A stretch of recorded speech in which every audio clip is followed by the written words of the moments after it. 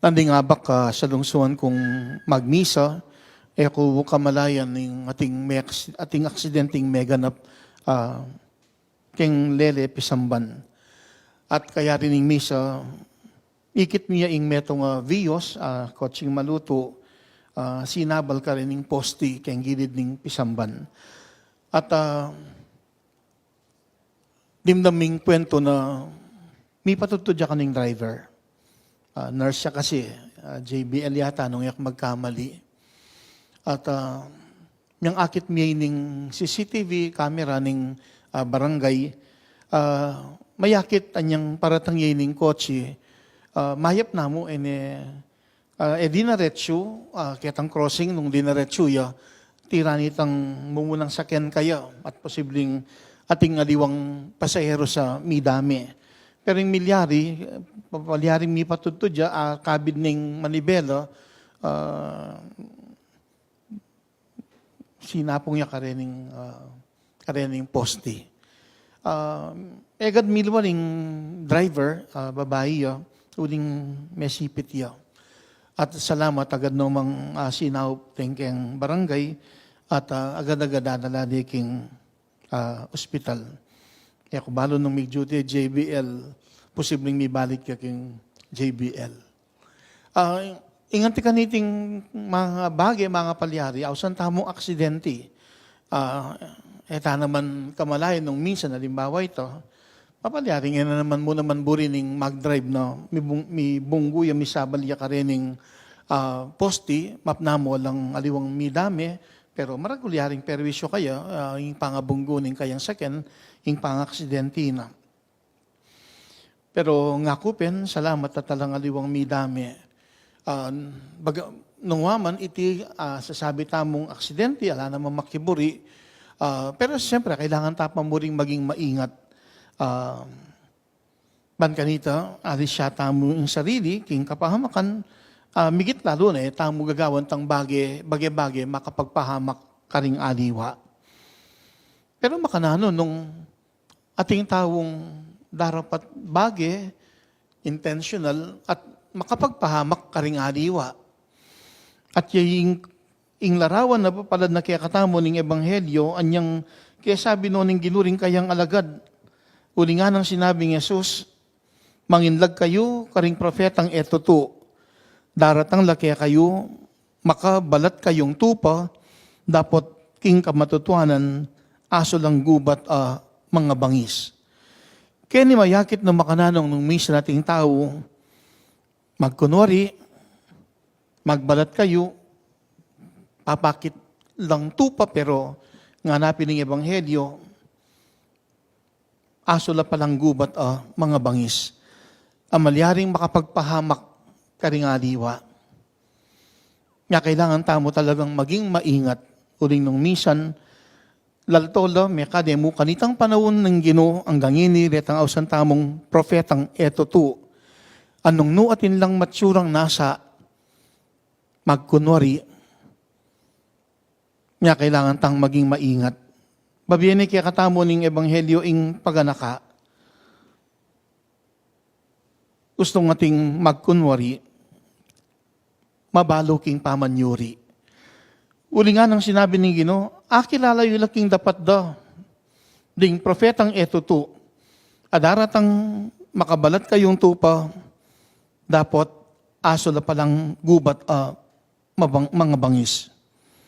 At makanyan niyang ginamit larawan pa yung Ginoo, kalupadaring tanaman, makapang nagtalkawaring ubas king karingbong gabilya, higos karing dapdap, alika nga na ning Ginoo.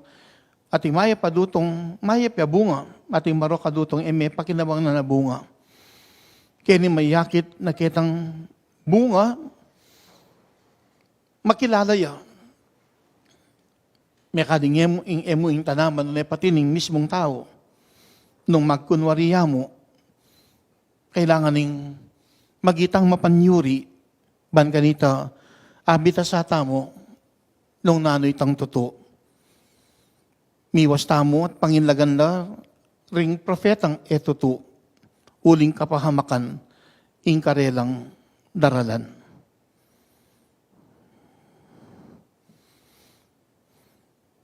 Ganakanta mo.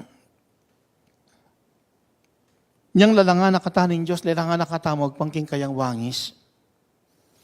At anting bininyagan, makirakita mo, king misyon ng ninggino, anting pari, anting ari, at anting profeta. At sana anting profeta, eta mo maging kawangis, darining profetang eto to. Anong no, magkunwari, magbalat kayong tupa, dapat aso naman palang gubat ang mabangis.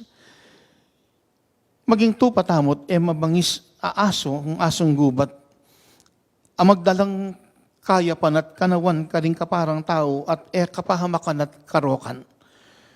Dapat makalungkot mupin, ngakupin, mapaliharing ang aking panauning salukuyan natin pamuring profetang eto to ay nasara ing magdalang kapahamakan karing aliwa. Kapilan pa mo, ating kung meto nga parishioner, may text ka na ako, at kitang kayang mensahe, manyawad yung sawop, makiliwas yung 10K. Anyang mo muna kaya pansinin yung message, no? Pero atin niya pa palang message pang katuki. Anya pala mandam niya, ini kanong bunso ng anak, may hospitalya, may dengue. Kilala kining bunso ng anak, magserbya naman kayong parokyo. Ala kong balong may hospitalya, ala kong balong may dengue. Pero niyang balikan ko rin ang messages na asuri ko itang laman na nitang mensahe, kalupado rin ang messages ka rin ang FB account na may hack. Gamitan ditang profile, gamitan ditang account, kaya ba't mandam lang pera. At siguradong di tala ng sublian. Kitang mandam 10K, kaya ba't sublian agad dagdagan din 500. Makanyan lalos ditang messages ka rin may nga labasan na may nga hack FB account. At ako mami na may kapangutang ko, kining kayang metong anak ng pangani, kaya mo nga na, may hack po yung FB account ng Mako.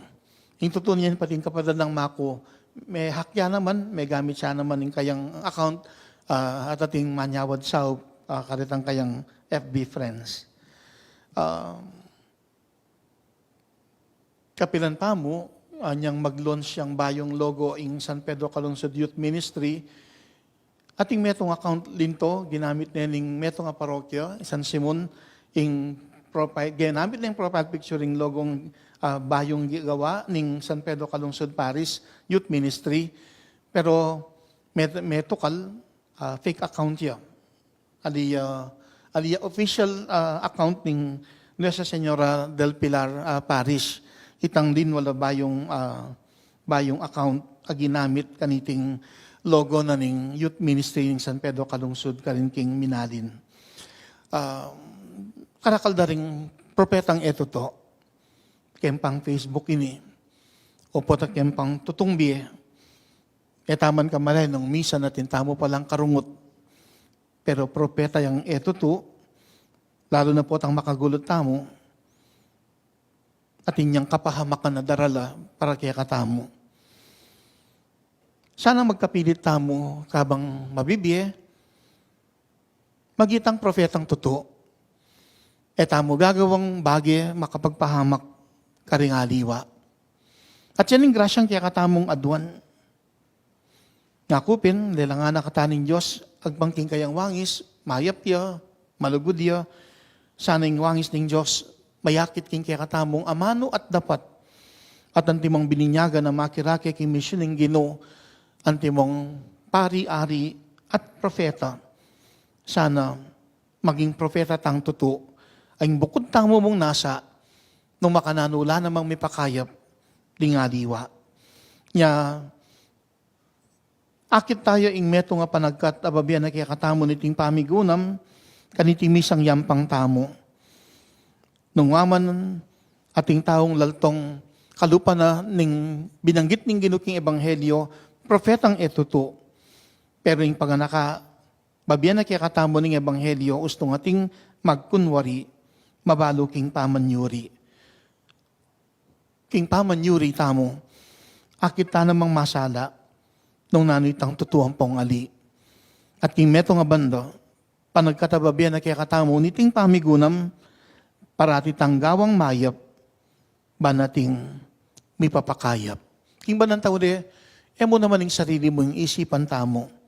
Pero king meto nga banda, tamo mo naman sana, pag nasang ipahamak na rin aliwa, magitang propetang ito to, makabalat kayong tupa, dapat magi palang asong gubat ang mabangis.